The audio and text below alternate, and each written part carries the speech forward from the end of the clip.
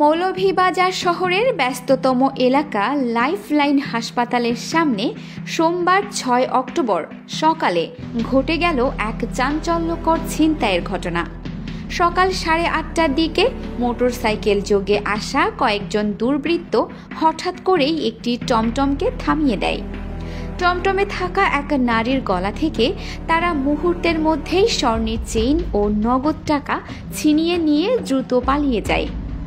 চোখের সামনে এমন ঘটনা ঘটে যেতে দেখে হতবাক পথচারীরা। অনেকে মোবাইল হাতে ভিডিও ধারণের চেষ্টা করলেও দুর্বৃত্তরা চোখের পলকে উধাও হয়ে যায়।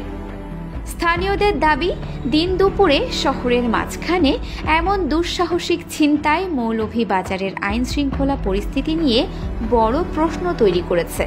কেউ কেউ বলছেন, প্রতিদিন শত শত মানুষ চলাচল করে এমন এলাকায়।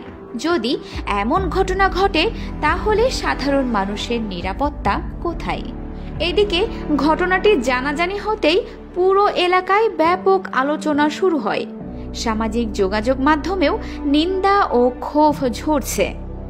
দ্রুত সময়ের মধ্যে এই ঘটনার তদন্ত করে জড়িতদের আইনের আওতায় এনে দৃষ্টান্তমূলক শাস্তির দাবি জানান স্থানীয়রা। আরিফিন ফারহা, মৌলভীবাজার টিভি।